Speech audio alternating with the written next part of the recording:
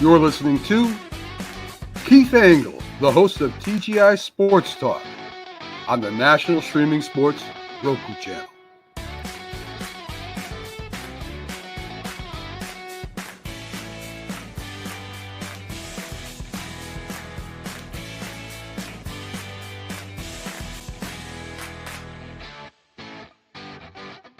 Football season is here, and SeatGeek is my go-to for buying tickets. Now with SeatGeek, every single ticket is backed with their buyer guarantee. We've all had plans change, and when you can't make it to the big game, SeatGeek has you covered. They're the only ticketer that allows you to return your tickets ahead of the event for credit with SeatGeek swaps. So when things come up, I know that my tickets won't go to waste. So what are you waiting for? Download the SeatGeek app to maximize your possibilities and shop live.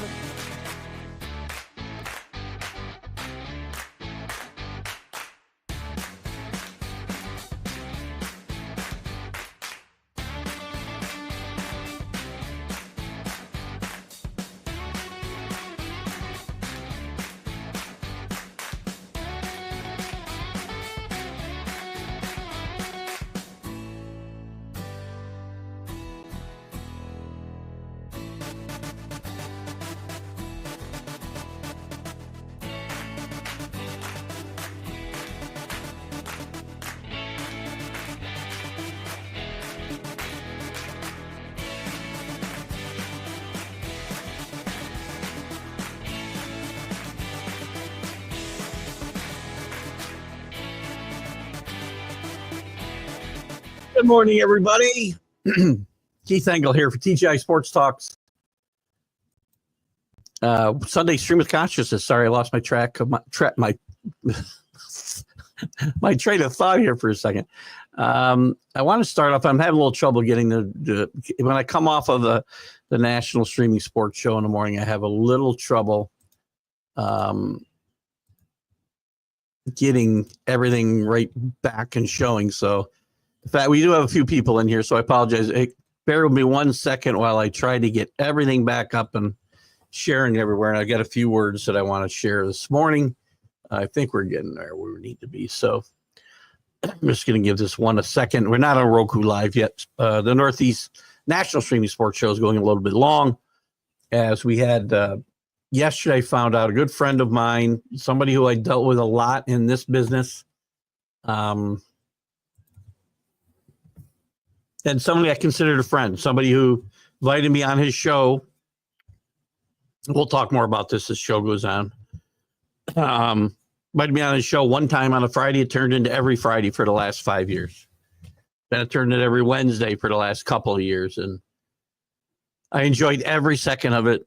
I enjoyed the banter with Mac, the back and forth with Jack, and the other people that have joined through the years, the people that I've interacted with, like Sonia, James, Bo, McLovin, CJ, Beastrilla now, more recently. A lot of Tip. A lot of new people have come through this network in the last few months, and they've all contributed a lot. And Mac had a dream of having his own network, and he put it together, and his dream came true. So we'll miss Mac a lot. He's been sick. You know, what do you guys know? We're not, I think, on and off for the last, I want to say 4 years. It could be 3, but it's pretty close to 4.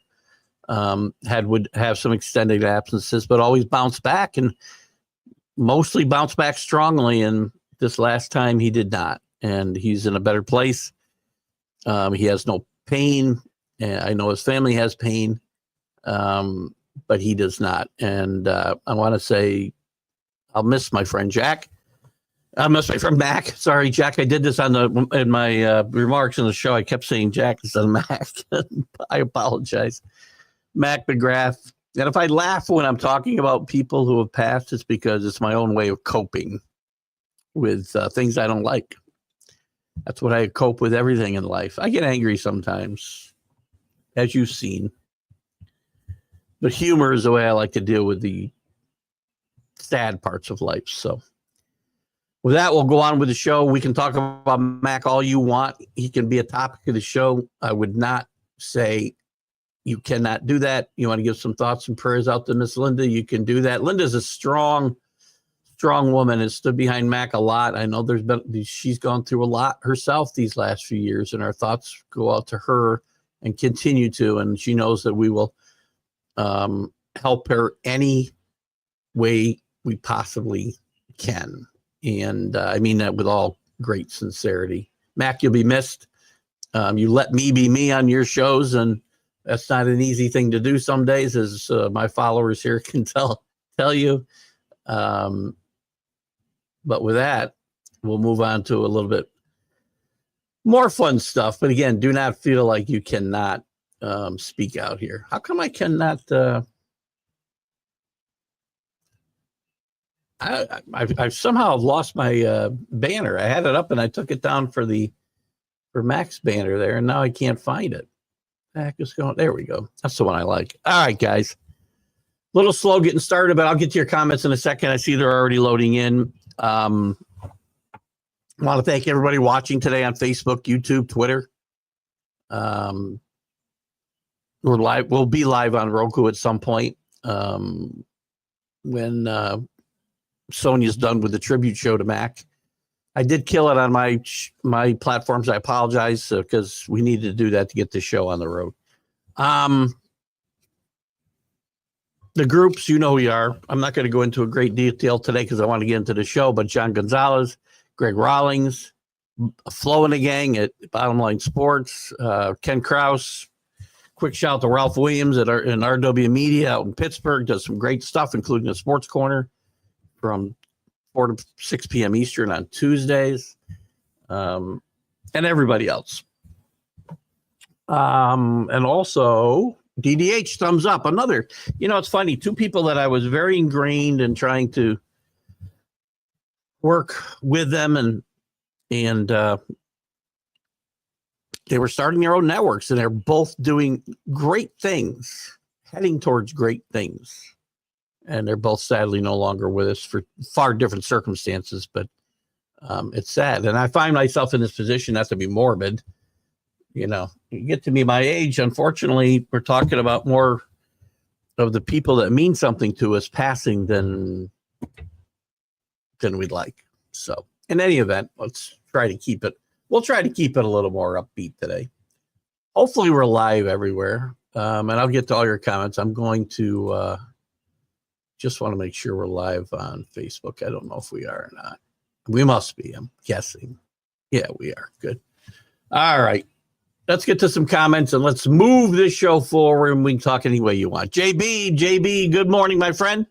Make sure you check out the Back It Up Binge podcast.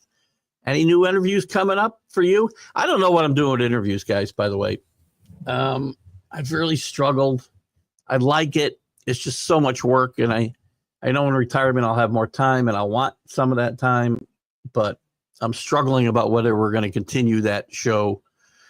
At least in the formats that it's in now, I'm not sure. All my other shows will continue. We could put something else in that time slot and do an interview here and there. It's just been a lot of work, and I want this to be fun. I don't want it to be work. I'm retiring from work, so we'll see how it goes. But check out JB stuff. He does a lot of great interviews as well. And if he's got anybody up, he can do it. CA. With a blessed Sunday to everyone. I don't know how I got stars up here. That's very interesting. Rick with a little comment for Mac. Rest in peace. Fly high and God bless. Paul Spotted. He did yesterday morning. And again, Mac has really struggled the last few years. And sometimes you could tell on the shows, but often you couldn't. He always bounced back pretty strongly after some absences. Some were longer or shorter than others, but he was very resilient. But now he's at a place where there's no pain, wherever that place may be. Drew says he's sorry to hear about Mac. Thank you, Drew. Good to see you this morning, and good morning. Good morning to Paul, too, by the way. Sorry if I didn't say that. Bill Palmer. Who the hell's Bill Palmer? Bill Pulver. Are you in the 518 or are you still traveling, my friend? Good morning to you. And he sends his thoughts to Mac and his family. Sonia, love you too. You're doing a great job filling in. Where we go from here, I guess, is anybody's guess, but we'll make it work. We'll be on no matter what. It's just a matter of how what happens in national streaming sports now, and I'm sure there will be people talking about that soon. Rest in peace, Mac. Linda is in. Linda, you have Paul's sincere condolences. Dave Guyette, good morning up there in Amsterdam, New York. Yeah, it did take a while because what I didn't do again, what's happening now, I used to be able to share. Let me give you a little thought process, or I guess the process on Facebook now. So that's why I get sometimes stumble, and I hate it at the start of the show is because if I forget, if I'm streaming the show before me, if I'm sharing it, right, while I'm guesting, say, on Friday mornings or Sunday mornings, especially because shows overlap, I used to be able to just leave, start my shows, and both the streams would be up there. Well, Facebook changed that, I guess, and at some point, quite a while ago. And I don't know how long I didn't notice. But you can't stream more than one. So I've got to stop sharing, which I really didn't want to stop sharing this morning's show, but I will share it later. Sonia, if you're listening, again, I had to stop the show to get my show to show up, but I will air it, share it later today. So you guys want to check that out. And there's a lot, not everybody, but most of the people that have come through that show and had some, that network and had some major interaction with Mac will be there today. Jack said some great things too. McLovin said some great things before I left, and they had a nice montage of Mac and some of us, and it was fun. So that's why the slow transition, Drew, and I apologize. What I try to do now is before I leave, stop the stream from the show I'm appearing on. So by the time I get this one started, it's seamless, and I keep forgetting to do that. Then I got to go to Facebook. I got to move that show to trash, and then I got to do a lot of stuff. So my apologies. We'll get that fixed. That's a great one. Thank you, Rick. This is in honor of Mac. Mac McGrath, he sent this to me out of the blue. We'll get to some sports today, I promise you. Look, if we don't, I don't really care, quite frankly. We can talk about anything you guys want to talk about. And I haven't even done a rundown for you, which I will in a second, of some of the topics once we get caught up here a little bit, and maybe need to build up some comments. But Mac sent me this jingle out of the blue, and I use it periodically, and I love it because it's so I don't know. I feel like I'm back in 1965 or something when I listen to this. But give a quick listen. It's 22 seconds. Mac made this Keith Engle TGI Sports Talk jingle for Keith, and thank you for bringing it up, Rick. Keith Engle, the guy with the sports talk show. On the internet, he's the guy that we all know. If you love your sports, he's the guy for you. He has lots of shows on Roku. Keith Engle with the TGI Sports Talk Show. I laugh every time I hear it. Gosh, remind me to play it again. I'll play it a couple times through the show, maybe. And we'll close the show with that today. How's that? I'll be honest with you. I was going to start with no music and no intros, but I had this transition problem that maybe I shouldn't use. Here I go. Every time I say the word transition, I feel like I'll use a different word. Sorry, this is just me being silly today. I forgot what I was saying. So anytime we have that transition problem, and since we had the transition problem this morning, I played the intros and stuff. JB's got a new episode tonight. William Andrews, another great guest. William Andrews is a fine running back. Correct me if I'm wrong, JB. Number 31 in that Falcons backfield. Had a couple really good years, short career, as he says here. He was a really good player, different type of player, but he was a 3-down back. I believe he caught some balls, a decent amount of balls, and a bit shorter career, obviously, but kind of in the Chuck Foreman mode because fullbacks didn't do it. Chuck Foreman did, and guys like William Andrews did. Great get there.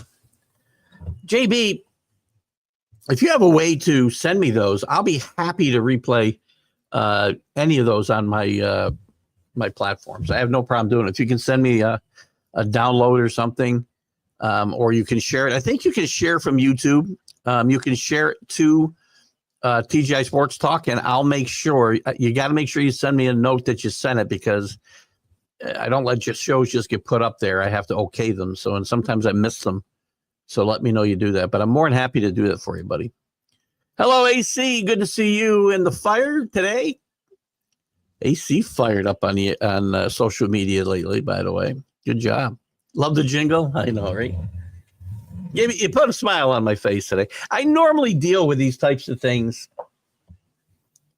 with humor. I'm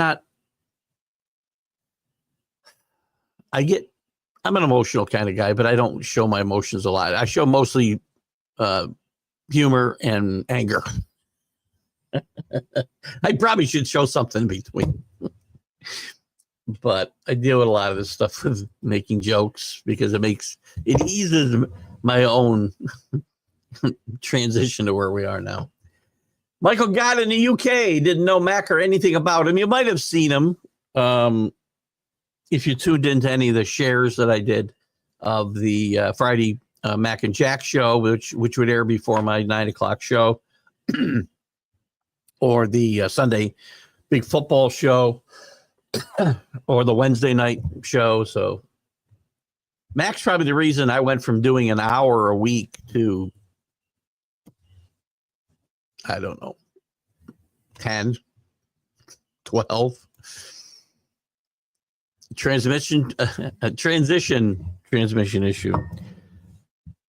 Well, unfortunately, the word transition has a lot of meanings today, context today, that it didn't used to have. And I always kind of laugh a little at myself when I use it. Good morning, Chris. Our Canadian correspondent.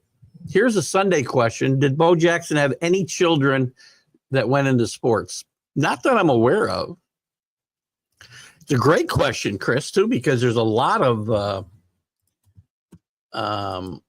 I don't know if you know the answer. Is this a trivia question, or do you already know the answer? Or I'm going to look in case you don't know the answer. I don't think he did. I don't remember. By the way, for those who are too young, and I don't think that's any of this group, to remember Bo Jackson, he was probably, Deion can say he was the greatest athlete in the history of sports. It's Bo Jackson or Jim Thorpe.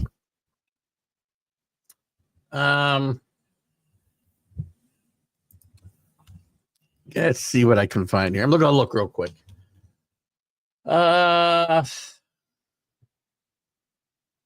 He says he won't let his kids play football, if that helps you. That was in 2017. I don't see any note here that there's any great prodigies in the.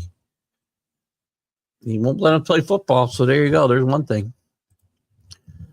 Great interview with Stu Voigt, JB. He announced the Vikings.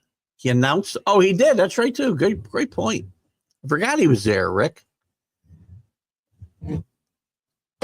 JB, I've got a few contacts, and again, you may have certain people you want to talk to. I know I get that way myself. I don't want to interview everybody just because they're famous. There's some people I just have no interest in interviewing just because of who they might be or my own perception of who they might be. But Stu Voigt's a good guy. If we continue the show, the interview show, which I'm not saying we're not doing, guys. I want to be clear. I'm not saying I'm not doing it.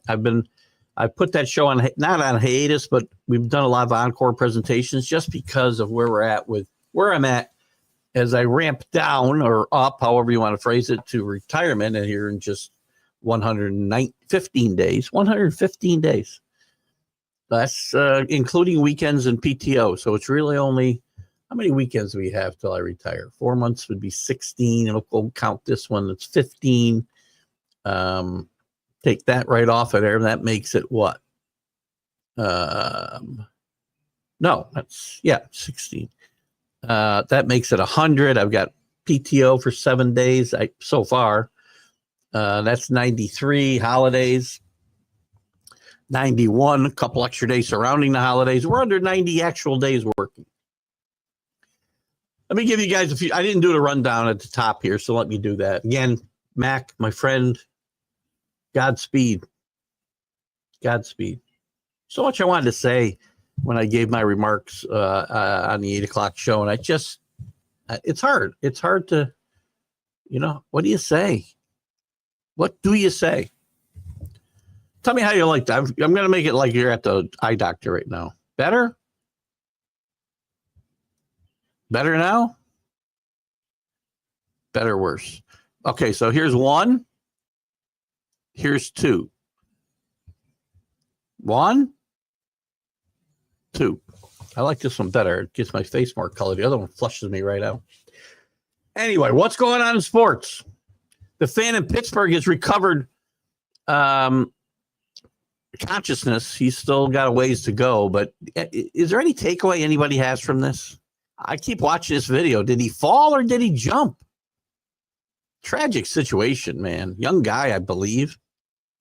Anybody has any comments, they can feel free to throw that out there.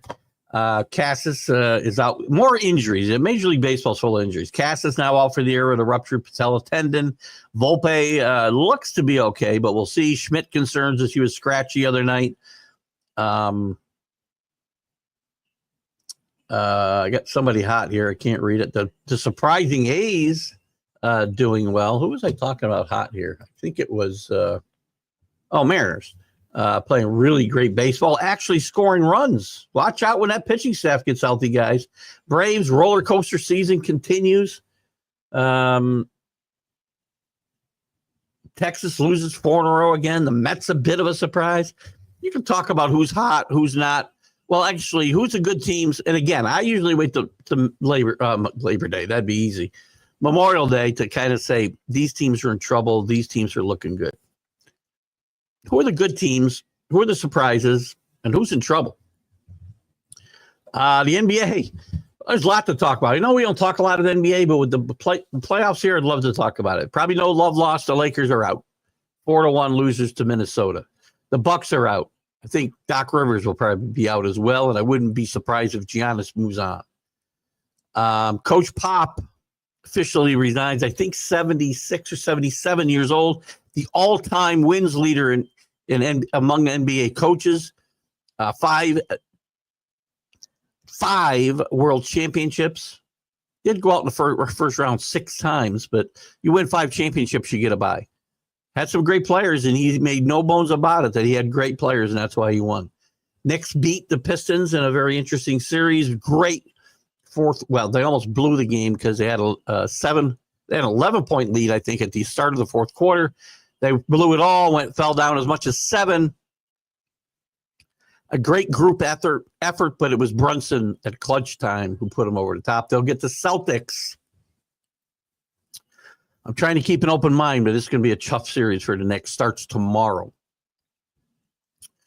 Already in to the next round, the Cavs, who will play the Pacers, and the Celtics, who will play the Knicks as well. Out west, we got 1 Game 7, the Warriors and the Rockets. Interesting series. I did pick the Warriors to be a sleeper here in the West, but Draymond Green keeps acting out. But they'll match up with the Oklahoma City, what are they? Thunder. What else do we have? The Nuggets will face off against Minnesota. They both have moved on to the second round. The Rockets the winner of the Rockets Warriors will play OKC, as I said. So interesting stuff there. In the NHL, we got a Game 7. I think we got a couple Game 7s. No, 1 Game 7. Blues and Jets. The Stars 1-7. Great job, JB. Not JB. CA. Got too many initials on this team. Great job there. getting in after falling behind in that series. They beat the Avs in 7. They'll move on. We'll talk more about that. I did have the Blues upsetting the Jets in this first round, by the way, in this pool that Danny Fuller sent me. Rangers have a new coach, a really good one. Whether that all pans out or not, Sullivan's won a couple of Stanley Cups. Is a really well-regarded coach, was a good player, played alongside the GM of the Rangers, Chris Drury. So we'll see how that works out. The Islanders are still looking for a GM and a coach to replace Lou Lamoriello and Patrick Waugh. And Kentucky Derby yesterday, I can't believe it. First Saturday in May. It hasn't felt like it much. Serenity. I'm sorry, Sabin. How do you say his name? Damn it. I had this perfect. The hell's his name? I got to read it from here because when I write it down, sometimes I can't read it. Sovereignty, right? Yeah, Sovereignty, ridden by Junior Alvarado, who made 5 Kentucky starts previously, but never finished better than 4th. He gets his first Kentucky Derby win. Congratulations to him. And Bill Mott, the 74-year-old trainer of this horse, gets his first winner crossing the finish line. He did win a Derby on a disqualification previously. The favorite in this race, Journalism, finished 2nd, and which isn't a bad showing, but a good Kentucky Derby overall. Weather wasn't great in Kentucky yesterday, so we had to go from there. So we got some comments. I'm falling behind already. Where'd I go? Where did I lose off? Drew's transition question? Nope. Chris? Stu Voigt? 2. I don't know what that is. Is that about Chris? Is that about Bo Jackson? I can't find a thing about his kids playing sports or being prodigies in sports. So if you've got something, Paul, please bring it to the table. All I can find is he does have 2 kids. He has said they will not play football. Corey Perry put double digits in goals again. Is Corey going to be a first ballot Hall of Famer? I'd have to look at Corey's career because it's not popping into my head here. Let's see what I can find. Oh, where's my hockey reference? There we go. Hockey reference. Corey Perry. Hall of Famer. Played a long time. A lot of these guys play a long time. He's got nearly a 20-year career, probably a 20-year career. I'm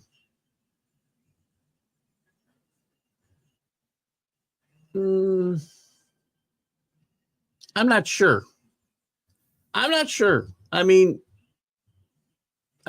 again, there are things in hockey that will make players a Hall of Famer that maybe don't stand right out to me like I would intangibles that don't stand out to me like they might in baseball or even football or basketball. You look at his careers overall, you know, he's had a decent career. I'd have to look at some of the defensive metrics, which I hate that word, but we'll use it anyway. I'm going to say borderline. We'll get Jim Beringer. Jim Beringer could make our last NHL update. We'll have to get him in here soon on a Sunday show. If we don't, because if we don't, I'll have to wait until the last. Well, maybe I can get him in any Friday if I'm going to do a hiatus on. I can't do it this Friday because I have to go to high tea, spring high tea, which is not high tea because I think that's afternoon. Spring tea at Montessori with my precious 2.5-year-old granddaughter. Papa will be her special guest, her +1. Neither help you, Keith. Thank you, Paul. Who do I like in the NHL playoffs? You know, I had picked, I don't have it up here. Danny Fuller sent me a bracket. I'll try to remember my bracket as best I can. I had the Blues over the Jets. Here's what I had. Coming out of the East, I had the Capitals. who will play the Hurricanes in round 2.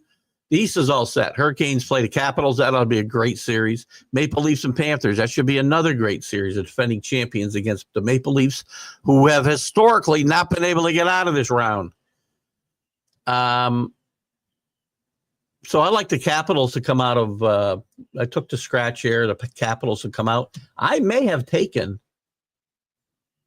I'm pretty sure I either took the Oilers. No, I had the Kings beating the Oilers, so I lost that. I think I got the Blues going to the final. I don't know if I can find that quickly or not. What'd they call that? Probably will not be able to find it. Yeah. I save things on my phone and I lose them. So if Danny chimes in this morning, we'll revisit that question. Who do you like, AC? We don't talk a lot of NBA and NHL on this show. We should talk more, quite frankly. But again, this show, and all my shows, I should say, because this show is your show. We talk about what you want. Oh, Drew, back in high school, how the frick do you remember high school? I'm just kidding. A friend and I were goofing around in the gym. He opened his knee badly, and I put him on a projector cart, wheeled him to the nurse's office, cracking jokes the whole way. Someone asked why I would joke like that, and I said I preferred him laughing than crying. It's a great point. I do this all the time. I mean, funeral parlors, hospital waiting rooms. It's a way to cope with stress, anything, even non-tragic situations, right? Tough situations at work, which we've had a lot of recently. I try to listen. I know they're serious, right? But I try to inject some levity so we don't all go freaking crazy. Sometimes people don't like it. I'm sorry. I'm who I am. I'm not going to change for anybody. Blue Jays pitching staff in trouble. Whose pitching staff isn't in trouble at the very moment? Again, I still think Seattle's got the best pitching staff, but even they've got injuries they've got to overcome. If Kirby and I was going to say Griswold. We know it's not Griswold. The guy Gilbert. No, is it Gilbert? Names. As I get older, names get harder and harder and harder. I think it's Gilbert. Yeah, Gilbert. If those guys, Kirby's back now, I believe, or on his way back. Gilbert just went down. If these two guys aren't good, I mean, they've still got three really good starters in Miller, Wu, and Castillo, but you lose another one of them, it's tough. Toronto? My God. And again, I made a prediction for the third year in a row. I made this prediction, so to take it for what it's worth, that Schneider would be fired before Labor Day. They're starting to slide already. Gausman, Scherzer, as Drew commented Friday, he's ready to come off the DL. And look terrible. Chris Bassett's pitching well, is notated here on the show as well. But Barrios, Brandon Francis, and now Spencer Turnbull. Maybe Urena can bring. He's had decent outings in his life. We'll see how that works out for him. Dalton Varsho smiled after his great catch. So refreshing to see a rather than a cool face like it ain't nothing. There needs to be more joy in baseball, and I don't mean cocky, flip your bat joy. Just smiles and happy. And I've seen some of it this spring. And Dalton Varsho, is that his right first name? You are right. Sorry about that, Chris. Was a big target for the Yankees before he signed with Toronto a couple of years ago. How's he doing offensively this year? Very good defensive player. When the Yankees were looking for left fielders 2 years ago, he was high on their list, but he has struggled with the bat. For whatever reason, he's not in the list of stats for. Well, that's weird, huh? He's not even listed stat-wise on Toronto's stat list. Good job, ESPN. You guys do the absolute best job I've ever seen of a website. By that I mean you suck. 214 he's hitting. Okay, well there you go. No, it's his home average, which is total average. Sorry. That's the other thing. Why do you land on his home average just because he's playing at home? Okay, he's hitting 214 overall. He's only had, is that right? He's only got 14 at bats for the year. Hello, Matt. How are you, buddy? Glad to see Rudy Gobert finally show up. It's a guy I feel like Rick has bashed a few times. You're a Jazz fan. I'm glad to see him doing well. I know. I got it now, Matt. I got it. I got it before you. I had to read your "This is a Matt" comment. We're going to get the jingle going here again in a minute. Gobert struggled since he's gone to Minnesota. Played well in this Lakers series. Lakers, you can't win with two guys and Austin Reeves. Look at the rest of those that start. I mean, a lot of teams have depth problems in this league. I don't think Boston's one of them, by the way, but the Knicks are. And we can talk more about that series if you like, because I'd like to, but I'm not going to talk about what you guys don't want to talk about. Unless the comments dry up, then I will talk about what I want to talk about. What was I going to say? The Lakers are in trouble. You cannot win with two guys and Austin Reeves and a bunch of guys who ought to be packing groceries. Not just their bench. Their last two starters are not good. I'm not sold on how good Austin Reeves. Sorry, Austin Reeves. LeBron's going to be 41. Not going to get better at 41. And also, and again, it's because of how weak they are outside of those three guys. I mean, in game 3, I think he played the entire starting five, the entire fourth quarter. Can't play a 41-year-old guy 48 minutes, even though his name is LeBron, who I stick up for a lot. Thank you, Drew, for picking this up. Rest in peace to Dick Barnett. I didn't jot that down today because it fell out of the feeds, and I did make a note of it when it happened. But Dick Barnett, who was very underrated and overshadowed by the guys Drew mentions here, DeBusschere, Frazier, Reed, and Bradley. Dick Barnett was a very good player, very good shooter. Did it all. Very underrated player. It was DeBusschere that really was the guy who put this team over the top, but Dick Barnett was very important. He got pushed out after they won their first championship and they brought in Earl Monroe. Got pushed out a bit. He had an interesting jump shot, as I remember, left-handed, and he kind of kicked his feet like Felix Unger a little bit, if anybody remembers that episode of The Odd Couple. He had an interesting jump shot, but a classy player. When the game was much more fun to watch than it is today, they moved the basketball. It was fun to watch. I only went to the Garden to watch these guys once. I was young. I was 13 when they won their last championship, guys. That's 52 years ago. But just watch them on TV. Go to YouTube and Google, 70s Knicks, early 70s Knicks, and watch the ball move. Bradley was a key to this team, constantly moving around. Didn't need the ball to be effective. Clyde was Clyde. Willis was the captain. Animal. You don't see that type of, the game's changed so much, you don't see that type of play anymore, right? Work the ball, get a great 10, 12, 15 footer. There are some teams that move the basketball, but it's always to get an open three-pointer, which is fine if I see the ball move. I say one of the problems I have with the Knicks right now, and it hasn't happened here the last few games, last 3 games,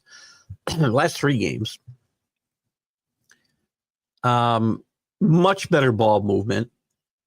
In game 2, it was even in game 1 that they won. Game 2, they lost. I mean, Jalen Brunson was playing like Carmelo Anthony and the huge black hole of the NBA. The ball went to him and never came back.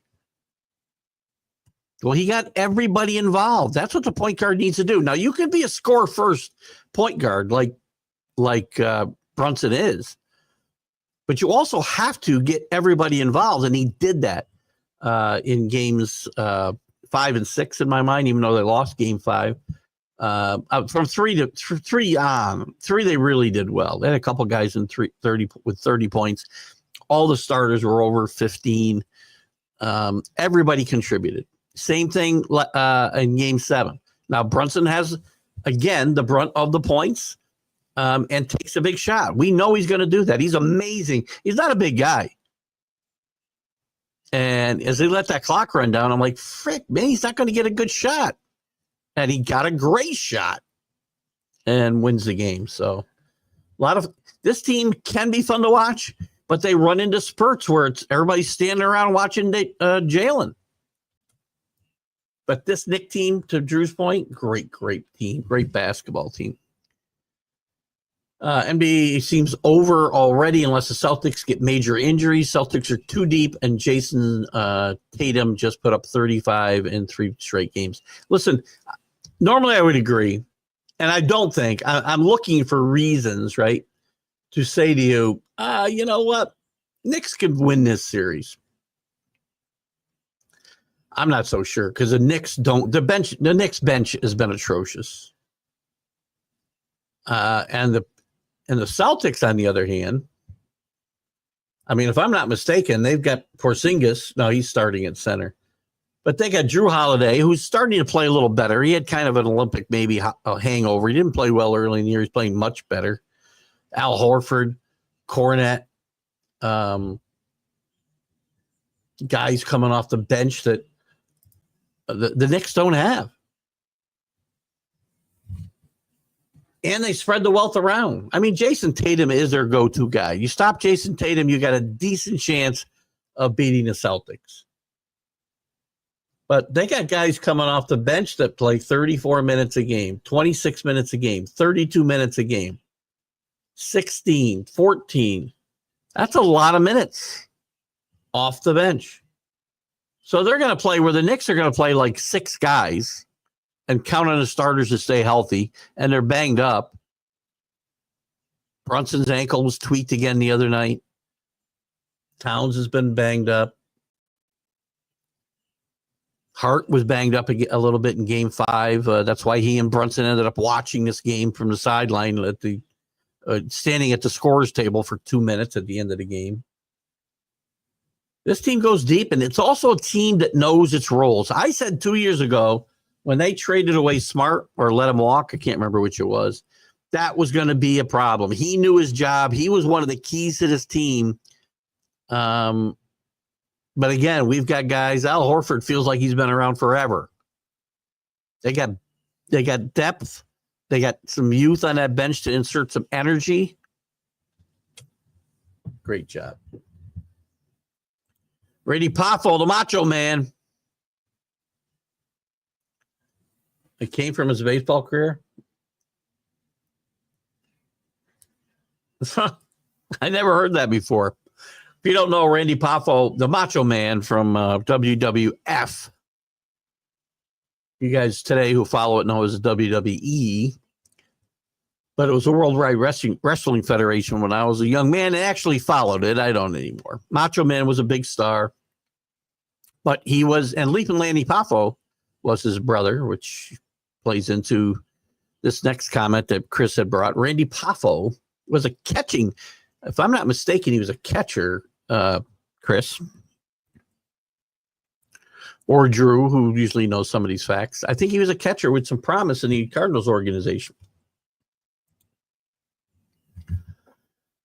If Jim is not available at hockey, you can always get your friend Paul. That's a good point. I could get Paul Rosen on. Jim's been my go-to guy, and I like to stick with him, but I don't know what happened last time. I don't know whether I hope I didn't make Jim mad for some reason, but he didn't even get back to me. So It would be a shock if I pissed somebody off, quite frankly, but we'll check in. And that's a great point. I might have, Jesus, you know what? I might get them both on for a hockey show on a Friday morning. This week's going to have to be an encore, as I said, because I have a very important date at 9 a.m. at Montessori with my 2.5-year-old granddaughter. She'll be serving me tea and biscuits, or tea and whatever, which she'll eat all of. That kid eats and eats and eats. Remind me of that, Chris. Jeez. Shocking third period last night for the Stars. I assume we're talking about Wyatt Johnson probably gets to see after Ben retires. Side note, Jamie just became a father tonight in Winnipeg. Must see hockey. Nice. Congratulations to him. It's been a fun. I haven't watched a lot of the games in the first round, quite frankly. When the Rangers are out, I have a hard time drifting through games. I like to. I'll sift through the the channel guide, looking for a game, looking for a close game, looking for something. I like to watch the third period of games and look for overtime games so I can stay up till 1 a.m. because that's, that always helps my mood the next morning. Chevy Chase, Griswold, right? I did say Griswold, right? We're off to Wally World. How long, again, I'll ask this question. It's an opinion question. It's not a trivia question, really. But those of you who know National Lampoon's Vacation, how long do you think the dog kept up before his little legs gave out? The cop thought, I think it was a mile or two. I can't remember the line. I don't think he could have kept up for a mile or two with his little legs. Any comments on how long you think the little dog could have kept up? Hope Florida does it again because of Brad Marchand, and I'm starting to think the cat. Listen, Ovechkin's nearing the end of his career. No championships that I can think of off the top of my head. Set the goal record this year. It feels like it's time. Problem is, one of the problems in the East is I really think, sorry about this in your Brad Marchand comment, I think Maple Leafs are finally going to get the monkey off their back and get out of these quarterfinals. I was the semifinals and get into the final. I'm not saying they're going to win it. I think it's Leafs and Caps. I don't think that's what I picked in that pool, but I'm going to keep. I think I have them losing this round. For some reason, my mind has changed here recently, and I think the Leafs might get out of this round. Edmonton right now, again, well, Winnipeg's still alive in Game 7, but at best they're going to have two teams with a chance to win for Canada almost 35 years later. They haven't won a national championship. They have not won the Stanley Cup. Drew's got another one. I think Drew's just trying to cover up my face this morning. It's that time where I try to figure out if I know all these guys. I had one big screw up on Friday with Neftali Perez was a pitcher. I had him at shortstop. This one doesn't look so hard as we get started. Ben Grieve, left-handed bat. His dad, Tom, guy I've tried to get on my show a lot, have not been able to make that connection, which is, again, those are the types of things. No, it's just not a commentary on them. They got busy lives and they don't know me. But I get strung along, and it's only Tom Grieve. Do not take exception to this. It's just because your name came up, but you get strung along, and then they don't. You think you're set, and then you're not. You got to scramble, and so I don't know what's going to happen. But left-handed bat, played outfield, first base, probably with Tampa. I'm not sure who else. Jason Michaels, I want to say he's an outfielder.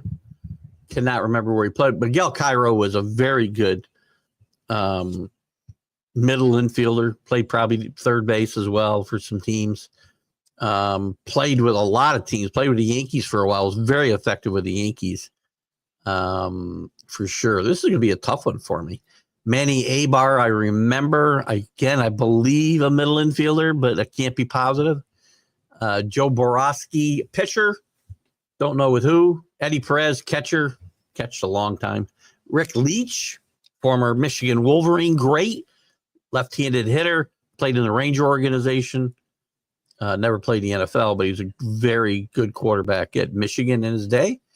Rene Latchman, he was the first manager, I believe, of the, was he the first manager of the Mariners? I think he was. Managed the Marlins as well, and possibly the Brewers. I'm not sure about that second one.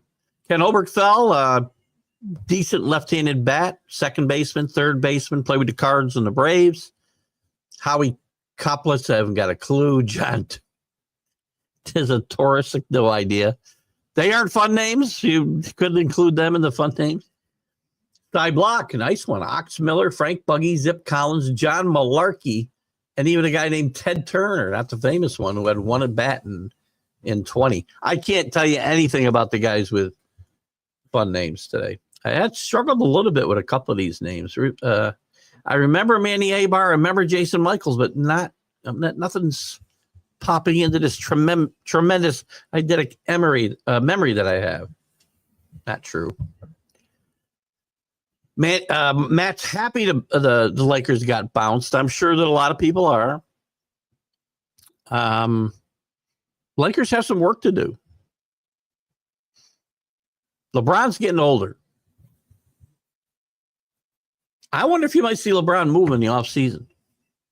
But what are you going to get for him? They got to take on a huge salary. You got a player who, well, still a great player. You guys can say whatever you want all about LeBron, and I understand it all.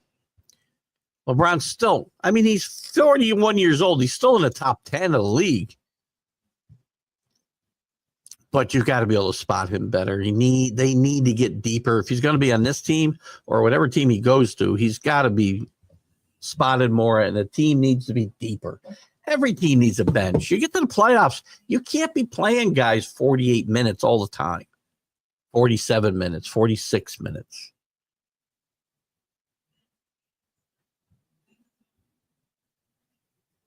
By the way, those stats I gave you for the Lakers, that's just playoffs. They got 1, 2, 3, 4, 5, 6, 7, 8, 9 guys averaging 14 or more minutes.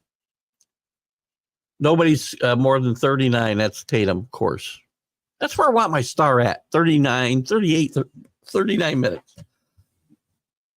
Now, sometimes out of necessity, like Tom Thibodeau's had to do, you've got to play guys longer than you'd like, because otherwise you're just going to kill yourself, which is why it's shocking he didn't call timeout in game. It doesn't matter now, but he didn't call timeout in game 5 to get his two best players, his best player, and depending on your point of view, their second best player. I would say he's their second best player. Second most important player, maybe. Michael says, what do I think? Roger, I saw this story. Cody, I believe Cody just got released by the Phillies, picked up by, who did he get picked up by? The Twins, I think, right? Let's get back to, hold on. Cody Clemens, son of Roger Clemens, homers at Fenway. Where did he play? Twins second baseman, son of former Red Sox pitcher Roger Clemens. By the way, put Roger Clemens in the Hall of Fame. Just stop the nonsense. Homer to right field in the 6th inning during his first game at Fenway. It's not his first homer or anything, but I think it might be the first time he's done well. Maybe he's going to get a chance to play in Minnesota. I'm not really sure. Let's take a quick look at their team. Does he have a chance to play on this team who's not playing well? I went through some managers in trouble on the Friday MLB update. This time I think Rocco Baldelli's in trouble. Remember though, they were right here last year at the same place, basically. Cody Clemens is listed pretty much third on the depth chart everywhere. First base, second base. Third base, he's the fourth choice. But they got a lot of guys hurt. Will Castro, Royce Lewis, all out. That's going to give Cody Clemens a little bit more daylight, maybe, and maybe if it does make it with Twins, at least maybe gets to show some prowess or promise, or both, and able to maybe fight another team. Boston's going to beat New York in a sweep. Oh, we're talking about the Knicks and Celtics. It won't be a sweep, I don't think. I think they'll win a game. Knicks have been very good on the road, by the way, which is unusual in the NBA. So if the Knicks can win a game in the Garden, what's the start? What's the schedule look like? I believe they got to be starting in the Garden, right? I can't see any way they are not starting in the Garden. Probably not going to have that yet. Let's see. Do they have round 2 here? Yeah, no. Hold on.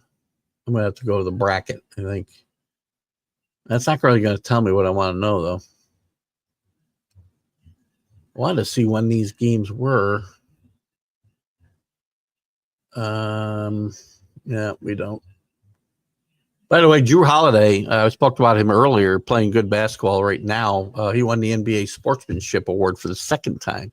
Drew Holiday is one of those guys that's really important to have on a team.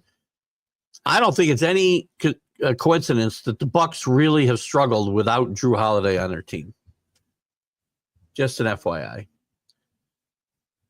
Yeah, they're not going to show me any matchups for game or round 2 yet, I don't believe. They are not. Oh, wait, here we go. Series over. Yeah, these are just takeaways. I don't think it would take a perfect storm, AC, for the Knicks to win this series. Brunson's got to keep everybody involved. Nobody can get hurt. They can't turn the ball over. They can't go. They can't have streaks like they had in the fourth quarter the other night where they don't score for, they get outscored for, 14-0 over 3 minutes, the fourth quarter. Anything could happen. Porzingis has been injury prone. Tatum has not always been on his game in the playoffs, although I think that's probably past.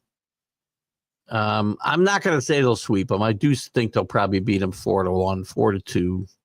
I like to see the Knicks get a couple wins. I'd be happy. They somehow can push this to a game 7. Anything can happen. And this is a series we were looking for a couple years ago when the Knicks went out. I think against the Pacers. I don't remember. They were in control of that series. Scott Radinsky once played a straight edge punk band at Ozfest. Straight edge punk promotes sobriety. Is that why it's called straight edge?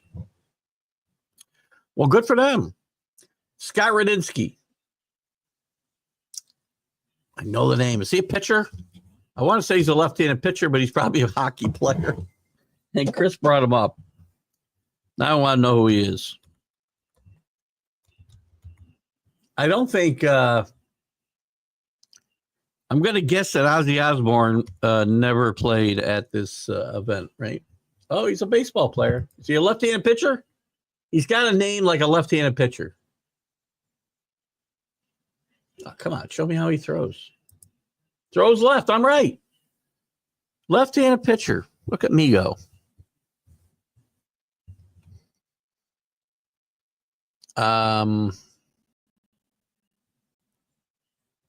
Yeah, I'm going to get, it's funny. So they play at Ozfest, which is funny because it's named for Ozzy, unless I'm wrong. But they're a straight edge punk band playing at the Ozfest, which is a bit ironic, no, Chris? I don't see Stu's interview here. Where? Where's here?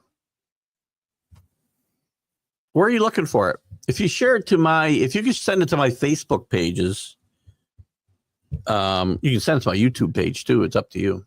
I haven't focused a lot on YouTube, and that's one place I want to focus on when I do retire is some focus on the YouTube side. There's no reason, we should be getting close to 3,000 followers on YouTube, or I'm sorry, on Facebook, and I'm struggling at about 80 on YouTube.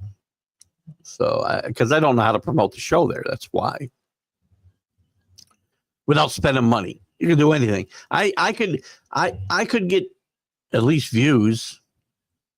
To get the views I'd get here on Facebook, I would have to probably spend $50 a show, $40 a show to get those views. I'm not doing that. So you don't see it here.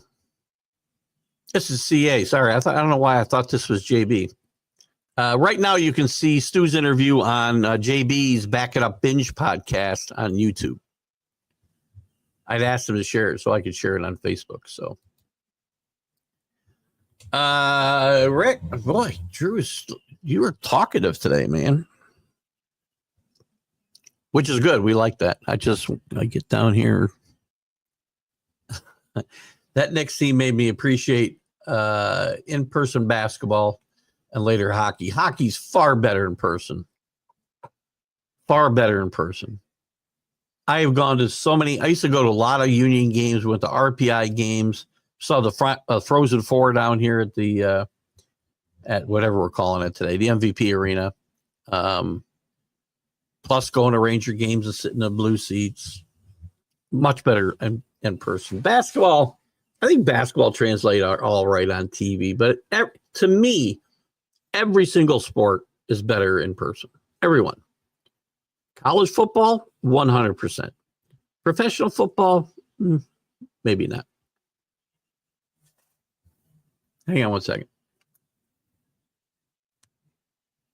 Somebody here? Or is that my wife on the phone? I don't see the ring. I thought we might have a visitor by the little one, but I don't see anything on the ring. It must be my wife on the phone. On TV, I'd see Bradley take a shot and wonder how he got so open because he'd move, right? Yeah, well, that's a great point because you wouldn't see all that movement. In person, you'd watch him swerve through traffic and watch how the artistry happened. Much better when you can see the whole court rink and follow just the ball and puck. That's a great point, Drew, 100%. I do think basketball translates okay because they do show the entire court. Usually, you're getting a shot of the full court, and you can watch some of this stuff going on away from the basketball. Bill Bradley's one of the best players in the history of basketball away from the ball, in my mind. Underrated. Numbers weren't big. He came in as a big bonus baby out of Princeton. He was a great player at Princeton. Took a year off to go study abroad. And he came back as dollar bill because he came in as the highest player in the NBA, and they expected him to be this big scorer. That wasn't his game. Great points. To me, it will always be the WWF. I think it's only two with Vince Senior as the owner. They did some funny stuff, man. Now it's all like raunchy sex. I turn it on. And if you're a fan, AC, more power to you. It's fine. This is all personal preference. It got boring to me. They tried to get more and more raunchy, I think, with the storylines and whatnot. But I can tell you, back in the day, myself, Johnny Dove, if you're out there watching today, your brother Gary, I can't remember the teacher's name that went with us. Whatever. My buddy Mark, we'd stuff little Miller ponies in our winter jacket pockets, take them into the Glens Falls Civic Center, what it was called at the time. I think it's the Cool Arena or something now. But we had so much fun. We go to this bar down the street called the Dugout, if I remember right. And wrestlers would come in there, and we'd try to go Johnny to take it on Jake the Snake. Jake the Snake one time. Great. There's a great documentary out there, AC. I wish I knew the name. I'll try to find the name. And it's about this former wrestler who got sober, got got clean, opened up a wrestling training center, I guess, but he also would work with guys who wanted to get clean and sober and maybe make comebacks. There's a great Jake the Snake is part of this I don't know if you're old enough to AC. I think you are. I think you said you're in your 40s. You should remember a little bit. But he had some serious drug issues and health issues, and he came back and got in shape and cleaned up. Lived with this guy for well, I don't know, a year. I wish I could remember the name of the documentary. It was very, very interesting. Not very long. I don't know what we're talking about. I need a little more detail, buddy. I got a feeling you might be talking about the Knicks and Celtics too. I don't know. Ovech has won. He did win the cup once. You look at the Nationals. Let's look at the Nationals for a second. Or Capitals.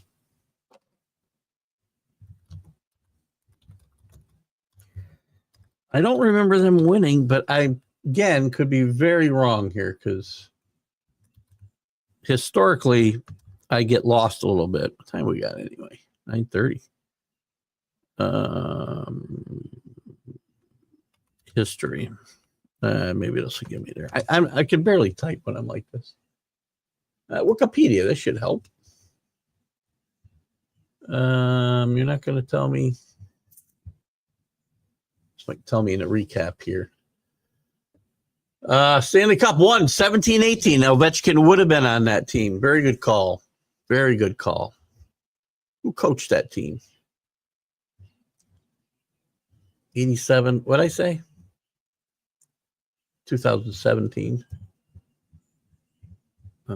Boy, Wikipedia's got a long history on this team. Head coaches. I want to say Boudreaux, but that had to be Barry Trotz. Barry Trotz, the guy that the Mad New Yorker hates.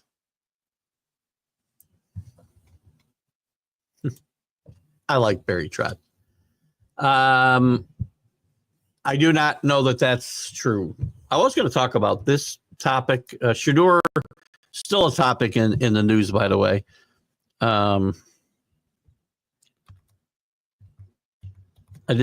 would think this would be fairly big news. They didn't. I don't think they unretired anything. The only, and I'll talk about this in a second too.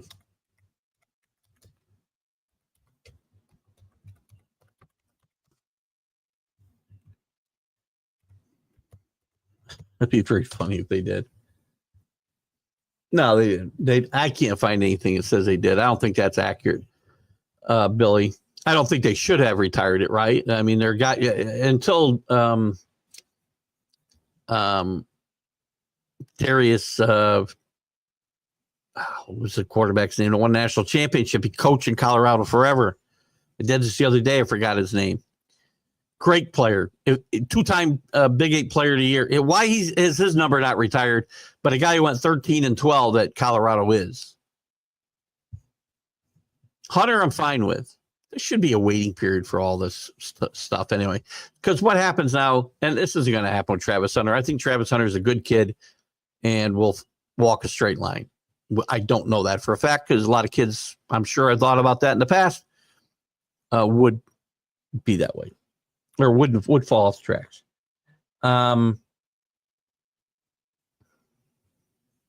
But you get embarrassed by guys. If you do this too soon, you get embarrassed by them. And then what do you do? On the unretired number topic, though,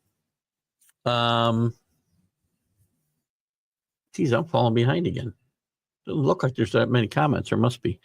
There was talk. Phil Simms had talked about letting his number be unretired so that Carter could wear it, their first round draft pick. And his family kind of outvoted him. He kind of changed his mind. He was on a radio show or a podcast last week and said he'd be fine if Carter wanted to wear his number. But his family outvoted him and he kind of backtracked on that. Lawrence Taylor flat out said, nope, not wearing my number. Make your name elsewhere. And Carter wasn't asking for those numbers, just to be clear. the conversations were brought to him and other people. So let's not cast Carter in a negative light here. It doesn't matter what number he wears. He'll be tremendous. Put him in the number 1.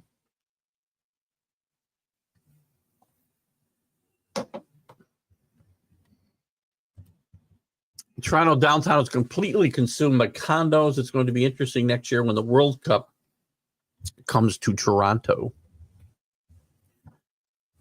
A lot of those people probably clear out of those condos and make a year's mortgage payment by renting them out. Anyone but the Leafs. Why do we hate the Leafs?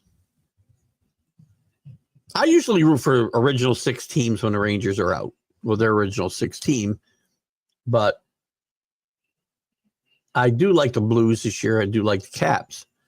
The only original 6 team I believe left, if I'm not mistaken, is Toronto.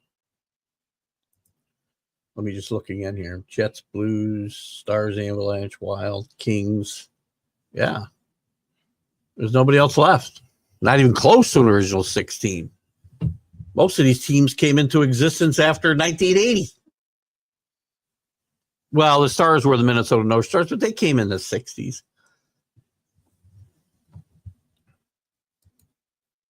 Donovan Mitchell. This is Matt again. Donovan Mitchell, ex-Utah, and the Cavs are doing good. The Cavs were very, very good in the playoffs. I think this Cavs team, I like Lou as a, not Lou. Who's their coach? Who's Cleveland's coach? I think he's done a great job with this team. And by the way, I want to give another quick shout out to those who weren't here yet. Greg Popovich, by the way, has decided to retire. He had a stroke back in November, had another medical emergency in a restaurant last week. He's decided to step away, probably rightfully so. Where does Greg Popovich rank in all-time NBA coaches? I've got him right behind. Well, I've got him 4th. I've got him behind Phil Jackson, Red Auerbach, Pat Riley, and then Coach Pop. He did it his way. He had great players. He admitted it. I mean, he said, I'm no kind of genius. Kenny Atkinson. How can I forget that? How the Knicks fans or the Nets fans must feel seeing Kenny Atkinson get this team to probably easily to the Eastern Conference Finals. Well, whether it's going to be easy or not is probably up for debate. This Cavs roster looks better. Donovan Mitchell's a real deal. You remember the Knicks went after him hot and heavy, and I beat up the Knicks for not getting him. It's all worked out fine. But at the time, the Knicks could not, and Rose could not show that they could make a big trade, get good free agents to come here. That's changed. At the time, it felt like this was never going to happen. Here's our first round playoff stats, guys. Again, deep team. 1, 2, 3, 4, 5, 6, 7, 8, 9 guys, 10 guys over 13 minutes a game. Garland averaged more than Donovan in this series. Evan Mobley playing well. DeAndre Hunter, who they chased out of Philly, playing well. Can't sleep on the Cavs. I don't think it'll be a sleepwalk if it's Cavs and Celtics. I really don't. Good call, Matt. Movies. All right, we haven't got here in a while. Movies. My favorite comedy flick has got to be, my favorite comedy flick is Slapshot, followed closely by Caddyshack and Animal House. They're my favorite comedies.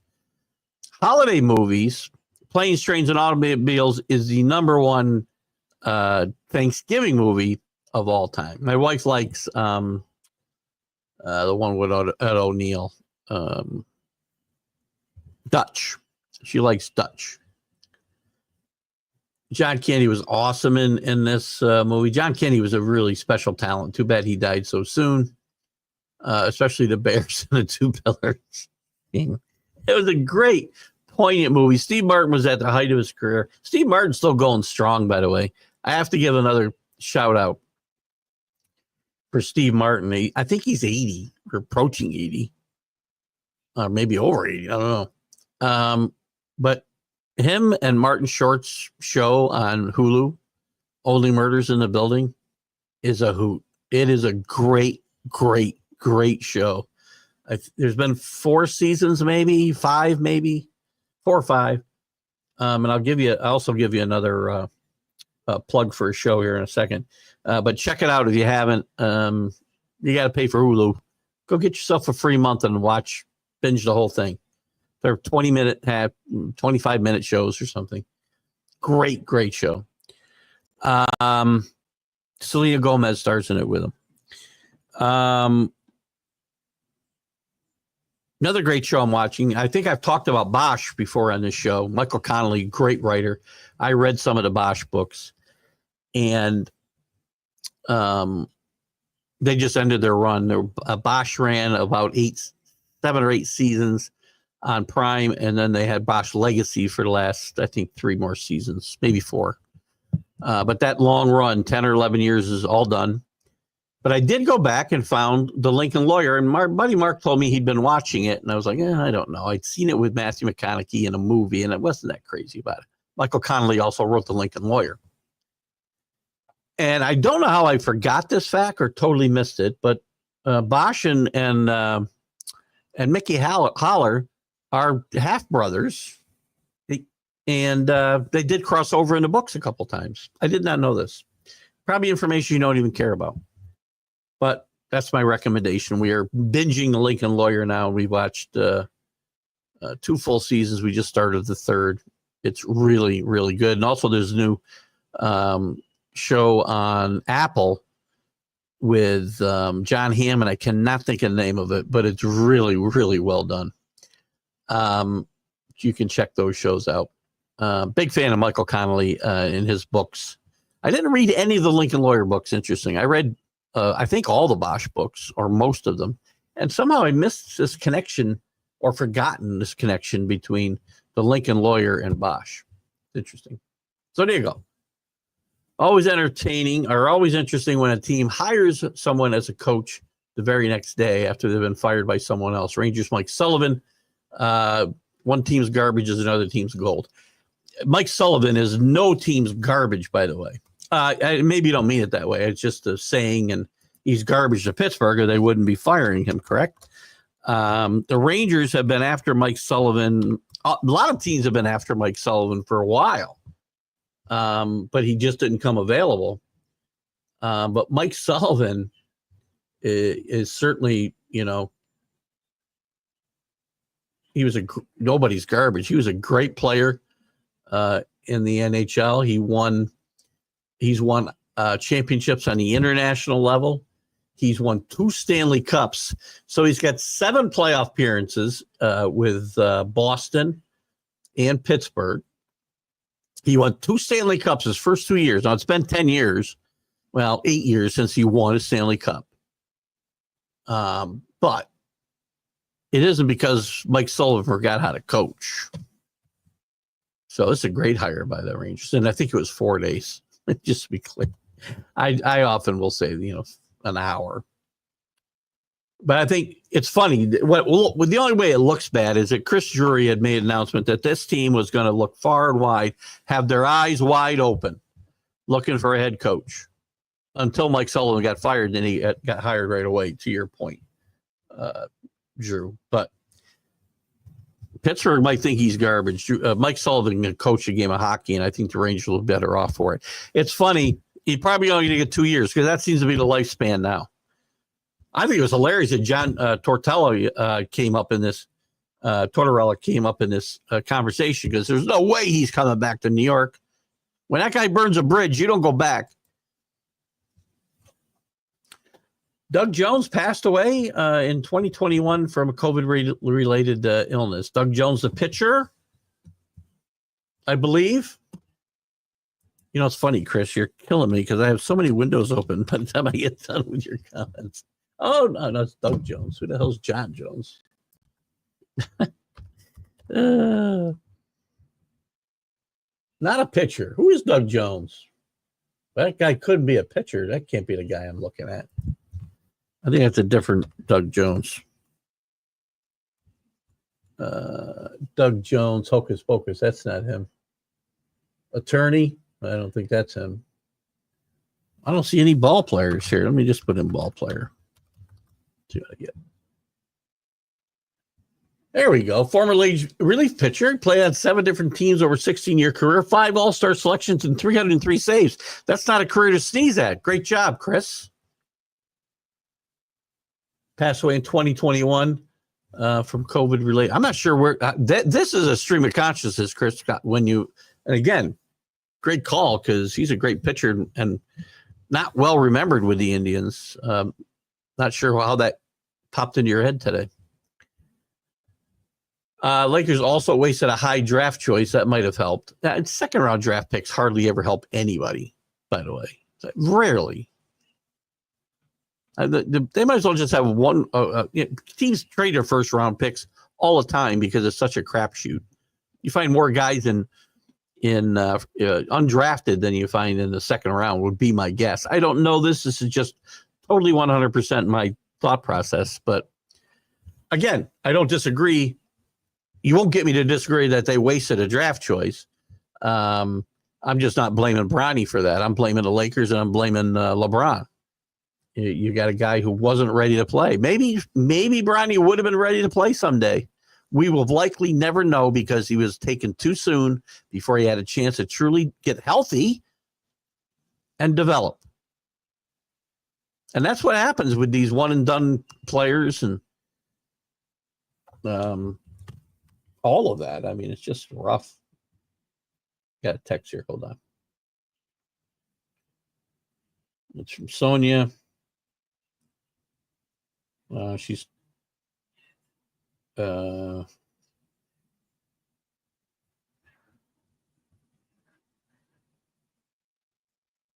great. It was just a note from Sonia about the show this morning honoring Mac. And again, those who don't know, and maybe not been with us early in the show, our good friend Mac McGrath from National Streaming Sports, the founder of National Streaming Sports and several shows of his own, Mac and Jack Show, the National Streaming Sports Professional Show on Wednesday nights, a gazillion of them. Iron Fist was his brainchild with Jack Hirsch, the great Jack Hirsch, and a good friend of this show, and Frank Laterzo. It's a fun show. If you haven't checked it out, please do. Don't know what Frank's been with us this morning, too. If you're still out there, Frank, good morning. Tom Adamczyk, good morning. Sonia, good morning. Tip, good morning. Don't know what's going to happen with some of the shows that air exclusively on Roku, let's say. Like Jack and Frank's show. I don't know what'll happen with the Mac and Jack show. Sonia's done a very good job of filling in for Mac on hosting pretty much all these shows. I told her it's funny because I'd show up. It was easy to do Mac shows. I'll get back to your comments in a second. It was easy to do Mac shows. I'm going to put this up again real quick since I'm talking about this one more time. For those of you who heard it this morning, I don't apologize. Sorry you got to hear it again, but that's not a real apology. Mac made it easy for me because the other shows you got to prepare. You got a lot to do, although this show's easy because I follow your guys' lead. I do have things to talk about in case we don't have that lead. But interviews and all the other shows, you got to prepare. And sometimes I'm more prepared than others. And sometimes we can just wing it. And I have fun doing that sometimes. But with Mac, I never had to prepare. He knew the hot topics.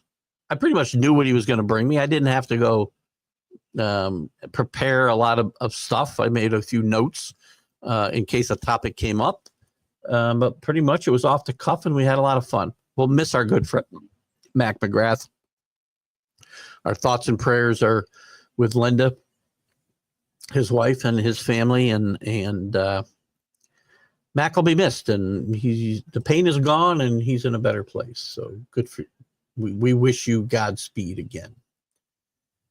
All right, where did I miss off here? A lot of comments on behind, huh? Not too far. Doug Jones, we did that. Lakers. Oh yeah, Lakers wasted a high draft choice. So we know. Yeah, you're not wrong. I mean, as untalented as that team is after the first three guys, unbelievable. 20 MLB executives say at least so far the Alex Bregman free agency signing was the most successful one, followed by Nick Pivetta and Pete Alonso. I wouldn't argue with any of those. I would argue it's, again, so far. I know you have so far in there. It's a little early to judge these things, right? I mean, Pivetta could fall on his face for the next 6 months. Bregman could get hurt, or he could go into a funk. I wouldn't disagree with any of these comments. And again, to talk about baseball, we have to talk about, again, surprises. Nick Pivetta falls into surprise category here for me. You know, the A's are playing good baseball, falls into a surprise category for me. The Braves haven't. That's a surprise. Or maybe not. Maybe we should have seen it coming with the injuries, but I don't think so, because you didn't expect Sale to turn into the Chris Sale he was with the Red Sox. So, in any event, we got to withhold judgment for a little bit. But for now, I wouldn't disagree with any of those. I did say Labor Day again. Labor Day would be an easy time for me to, give you better predictions. But I'll say Memorial Day. Absolutely, Nick. Drew Holiday, ex-Bruin. I'm going to tell you something, Matt. I said this while the Bucks were on their championship run 4 years ago now, right? I think. Maybe it's 5. I don't know. Drew Holiday is a very underrated player in the NBA. And the thing about those Bucks teams, and I think it's the same way with the Celtics, and any successful team, everybody knows their role.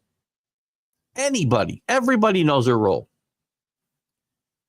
That Buck team was tremendous. That's when guys forgot their roles, is when they, things start to go badly. Success sometimes breeds contempt. Now that the frenzy of the NFL draft is done, we'll see how much contractual issues will affect veteran. Cousins is getting fired, getting traded. There's no doubt in my mind. There's no way the Falcons are carrying a $40 million backup quarterback. Now, they better have a veteran option, because all this stuff I keep hearing. I ripped the Falcons badly, by the way, for taking Michael Penix. And I've heard all these comments since the last NFL season, since hang on. Before the draft, about how great Michael Penix played. What a great pick by the Falcons. Because I said it was stupid. They got a $40 million quarterback. They gave him no help. They draft a quarterback that's going to play whenever he plays. And I kept hearing how good he was. Well, let me tell you how good he was. He played in 5 games. He started 3 at the end of the season, as we know. His record as a starter, 1-2. Cousins was no better than that. His completion percentage, while in 1975 this would have been great, 58%. That's not good. 3 touchdowns and 3 interceptions. He threw for a total of 775 yards. His quarterback rating was 78.9. All great numbers in 1979 for 3 games.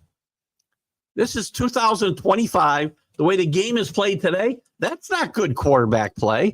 How do the Falcons really believe that they've got the quarterback of the future here? And it makes 0 sense if you think that's the truth, you keep Kirk Cousins on the bench. Now, he won't be a problem if that's where he is. He doesn't want that. He wants a chance to play somewhere. I think you might see him in Pittsburgh. I would have thought Cleveland, but they've got 27 quarterbacks in a room now. There's talk he may go back to Minnesota with a restructured contract and back up JJ McCarthy. He will not. I don't think he'll be on this Atlanta roster. I don't know how he can be. Goddard is another question. I think they need Goddard, though. I think Goddard gets a job done. You could see him released and re-signed maybe to a better deal. Or a team-friendly deal. But Kirk Cousins, I want to know, where do these people get the impression? And I heard it all winter, not just from Atlanta Falcon fans, from football people who, some of the people I talk to, I respect their opinion. So maybe I got to check myself. But did I really see enough in those three? And again, I'm looking at just the numbers. Quite frankly, I saw him play about one quarter of one game. Wasn't terribly impressed. He's a great college quarterback who had great wide receivers who he could throw the ball up to and they just go get it. Is there promise there? Yes.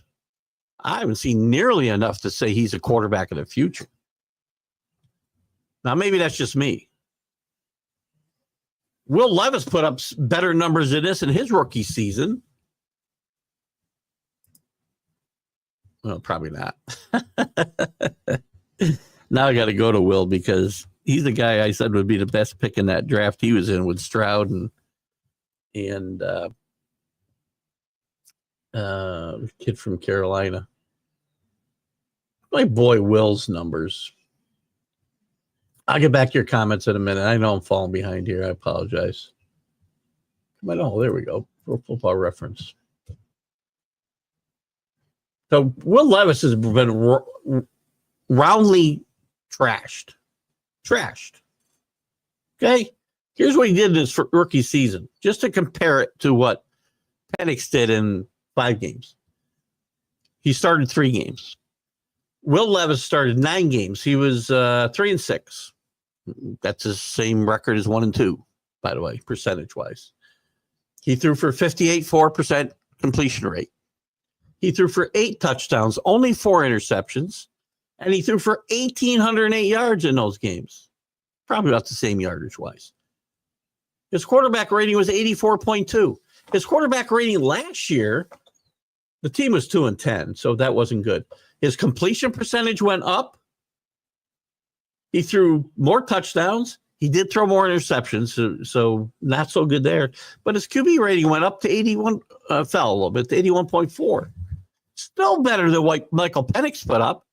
But Michael Penix has a tremendous future ahead of him. Will Levis is a total bust. What? Radinsky, ex-Chicago lefty. Thank you. I did get that one. I think Cleveland, I think, too, Matt. Does Mookie Betts get enough credit for his ball?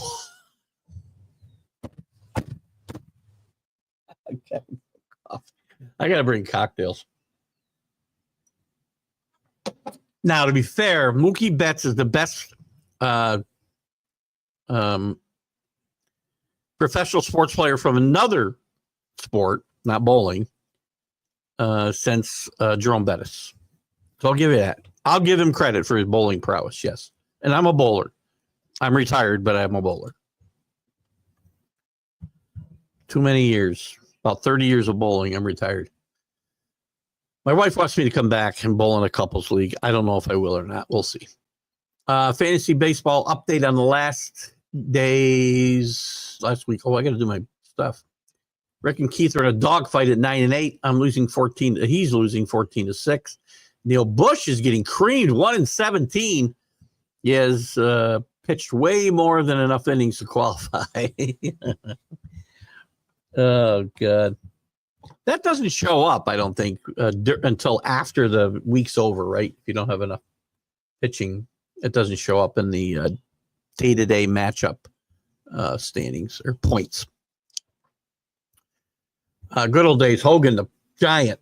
Roddy Piper was the best. Paul Orndorff. How about the great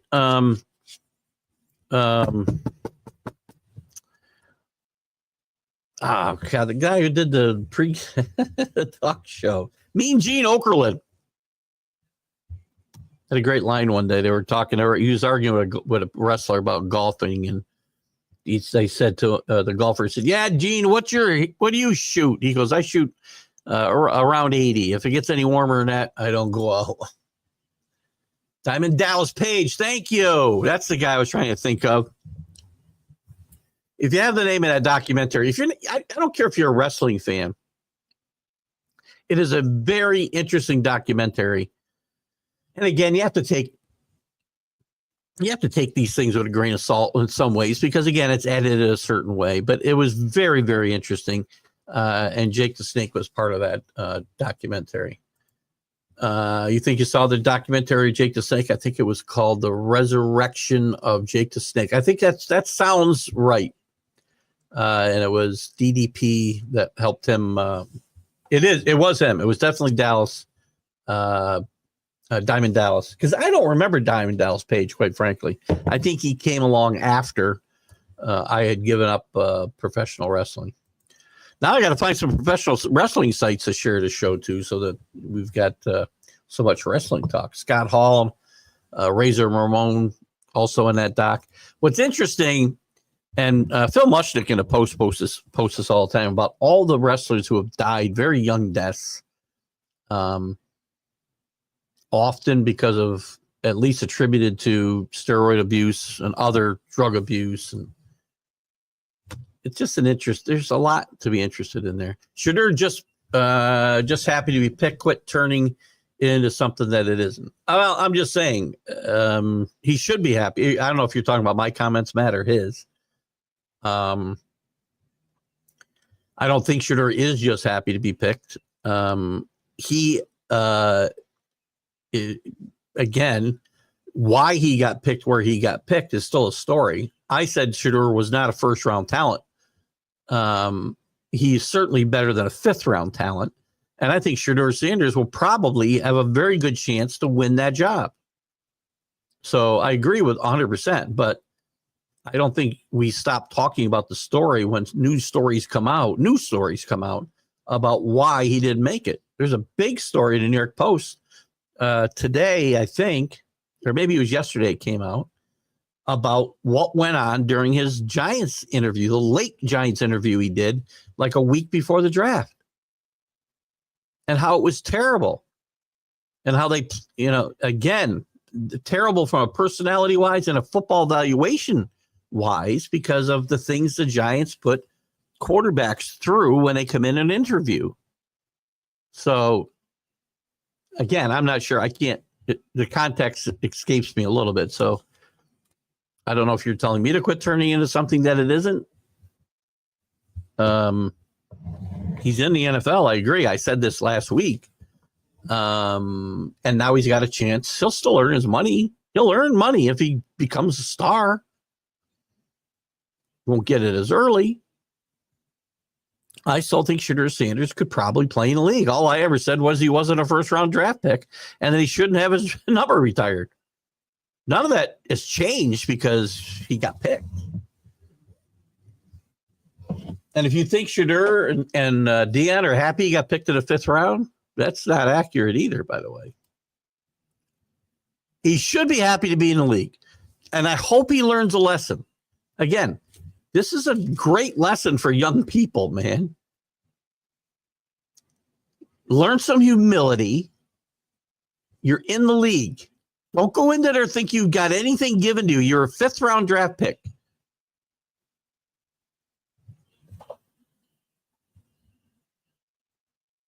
Now, some of the other nonsense that goes around. Oh, he's not going to report to the Browns if he doesn't get the money he wants. He's going to go to Canada. Go to Canada then. Your game doesn't fit that game at all.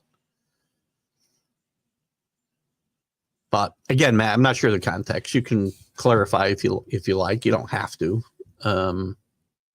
My answer isn't going to change. It's fun to talk hockey in Brantford, Ontario, birthplace of Alexander Graham Bell and Wayne Gretzky. Never knew where Alexander Graham Bell was born. And I will tell you this, Chris, you have more than met the challenge today because nowhere have I ever seen Alexander Graham Bell and Wayne Gretzky in the same sentence. Dude, if I had more thumbs, you'd get them all. Wrestling documentary better than wrestling. Honestly, I agree. Hulk Hogan and Bischoff are making a professional college and Olympic style wrestling league. After watching the last NCAA wrestling championship, I really want to see what Hogan does with this. Interesting. By the way, the Professional Wrestling Hall of Fame is right here in Amsterdam, New York, in upstate New York. Where's my banner? Are you kidding me? Where'd my banner go? I might have forgot to put it back up when did the Max back up again. We're going to play the jingle again in a second. I should have done it when I talked about Mac again, but we'll do it for the end of the show. Where was I?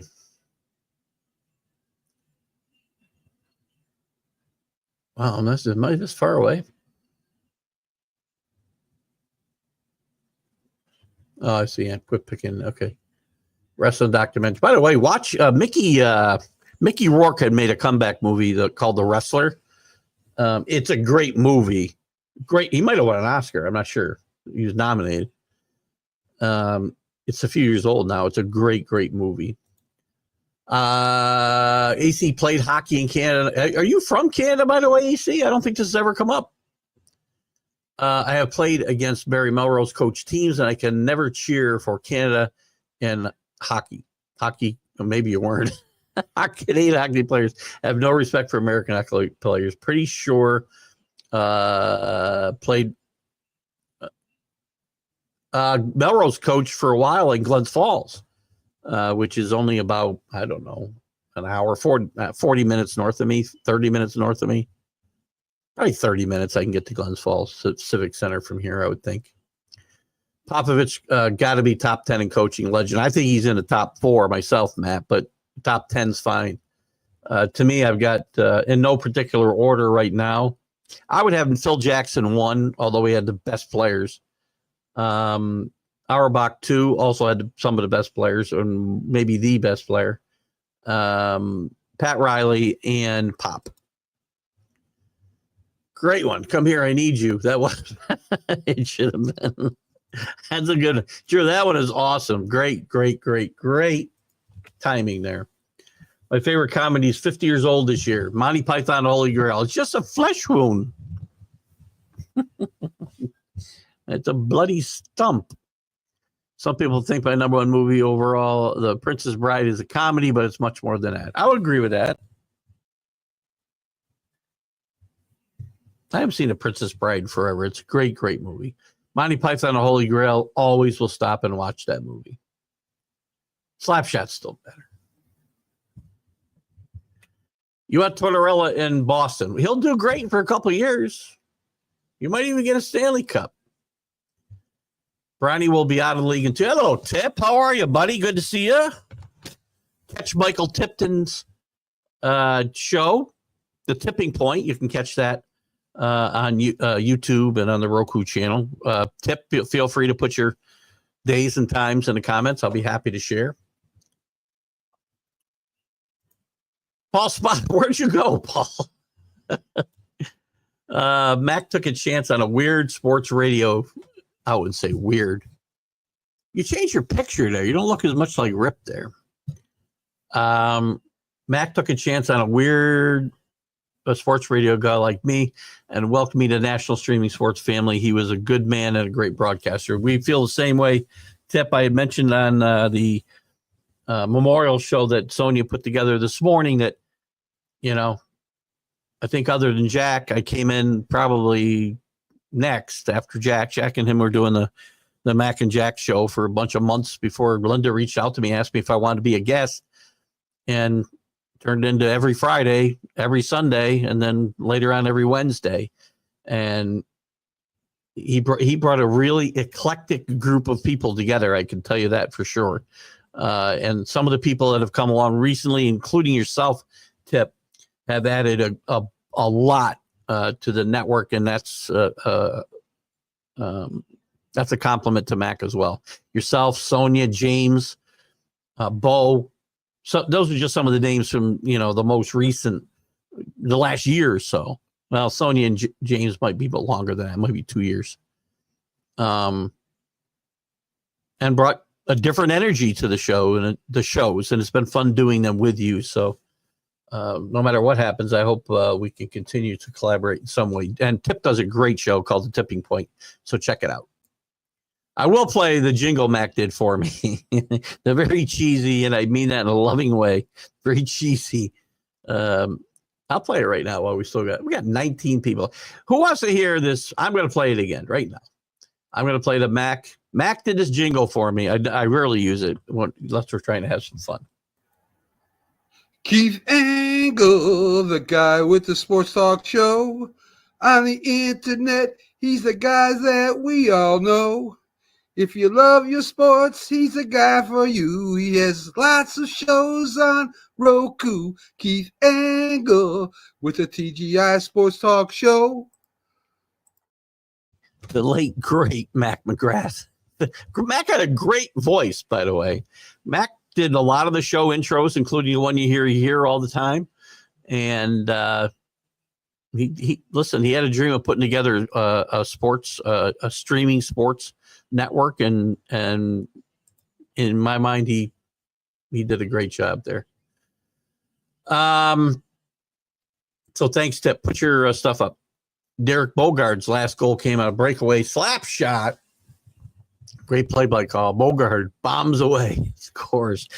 The hockey players and soccer, and I don't like soccer, except every 4 years, have some of the greatest announcers going. But in hockey, nobody will ever replace Doc Emmerich. Never. We got about 11 minutes left, guys. If that, this girl, I'm telling you, Bill, you and I don't often agree on Belichick, but this whole thing is off the rails. This woman is batshit crazy. I'm telling you right now. She hijacks interviews. She's got him. She's CC'd on all the internal North Carolina emails. The whole thing with Hard Knocks, if you remember, Hard Knocks was going to go to North Carolina to do their show this summer, and she insisted on being an executive producer.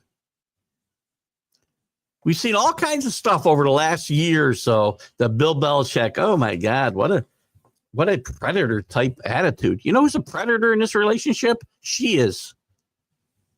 What's her name? Jordan Hudson? Henry Hudson? I don't know what her freaking name is. Bill, you didn't give a shit what people thought for excuse my French to Roku people or any people that are offended. It's about the only thing I'll apologize for. You didn't give a crap what people thought, the media thought forever. Now you're on TV and you come off badly and you got to issue you got to send an email out explaining yourself. No, you don't. Just tell her to shut up. Hello, Danny Fuller. Late night makes for late morning. Good to see you, though, my friend. Always welcome our late arriving LA people. Mostly Danny Fuller. Danny is the best. Danny was made admin on the sports authorities by John Gonzalez. Great choice, by the way, for Danny. Good job. Congratulations. It pays a lot, too, from what I understand. Unfortunately, Sanders was picked in the 5th round. Now it's his time to shine and show them if he's all that. I 100% agree. You still get your chance. You'll get in the league. Money is the only thing that separates, 1st, 5th round, 6th rounds. It doesn't matter. Everybody's going to have a chance. If you can play, you'll be in the league. If you can't, you won't. That's it. There you go. Monday through Friday, 10 a.m. Eastern. Catch them on YouTube. I don't think you go live on Facebook, if I'm not mistaken, Tip.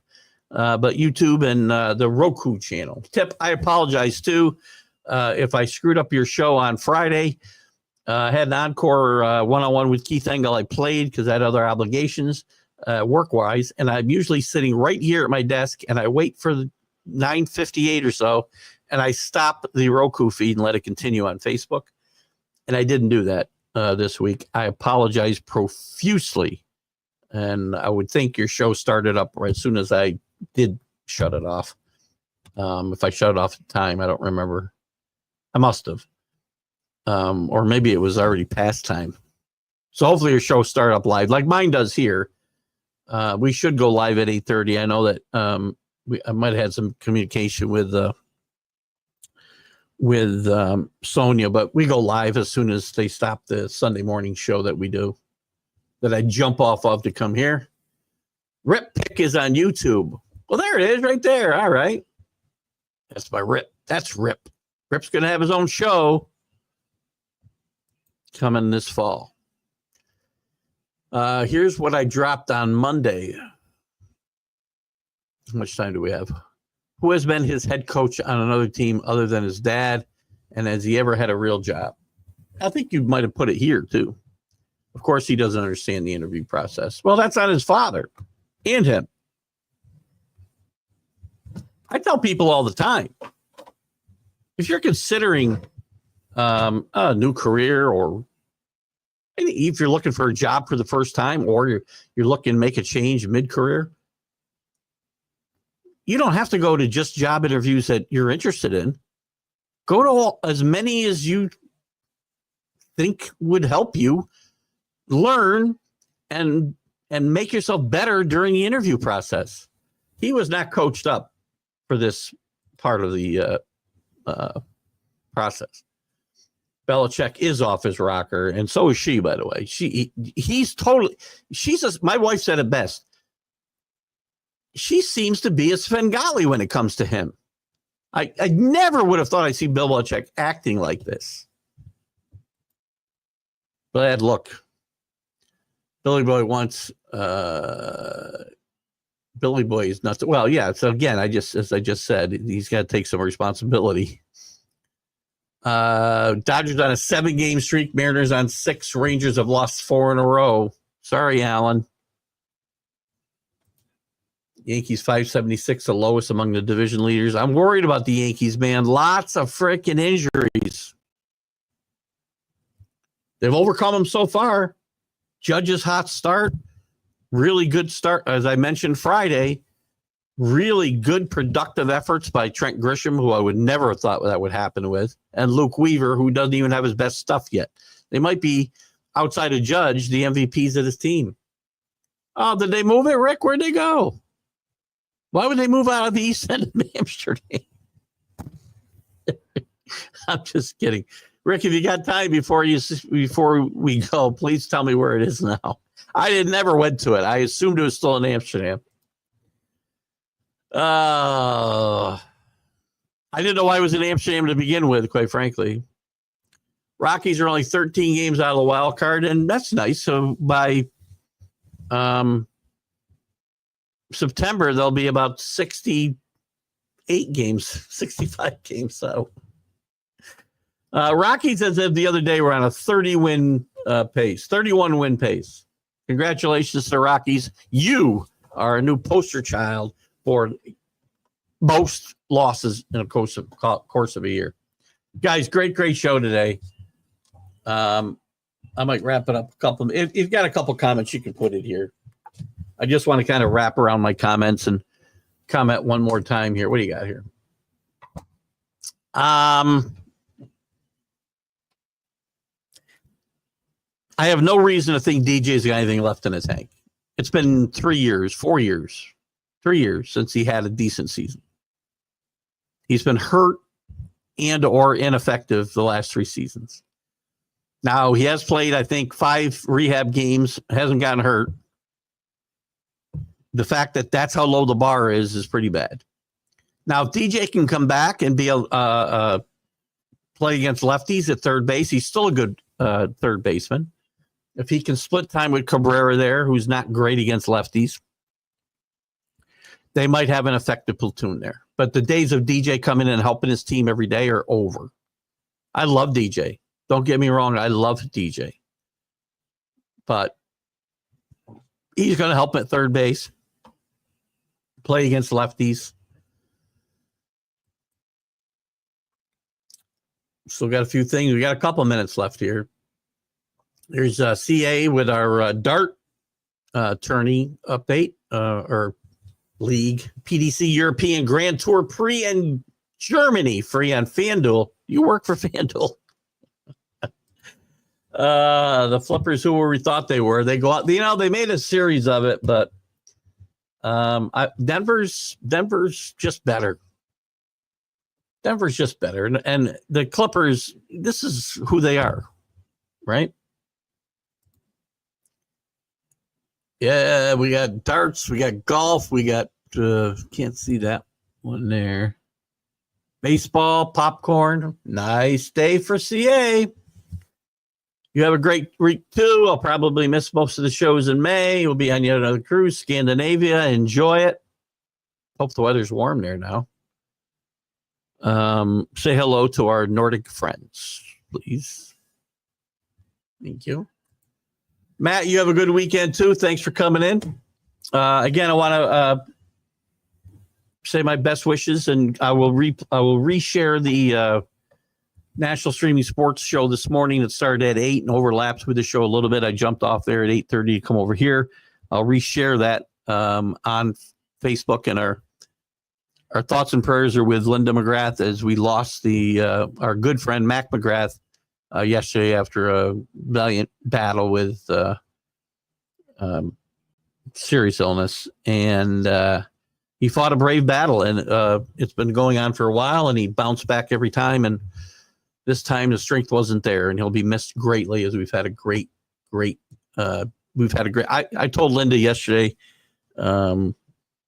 I've enjoyed every minute that I've spent on the air with him and Jack and everybody on National Streaming Sports, but mostly Mac. And he had a great sense of humor, and we had a lot of fun, and he'll be sadly missed. And we'll play his jingle one more time. No advertisement on the way out, and no music, just Mac McGrath with the jingle, and then Mac McGrath ending my show. So, guys, have a great Sunday. Keep a good thought in your heart for Mac and Linda and their family, and we'll see you on Wednesday with the College Football Huddle. Have a great weekend, guys. Great Saturday. Bye-bye. Keith Engle, the guy with the sports talk show. On the internet, he's the guy that we all know. If you love your sports, he's the guy for you. He has lots of shows on Roku. Keith Engle with the TGI Sports Talk Show.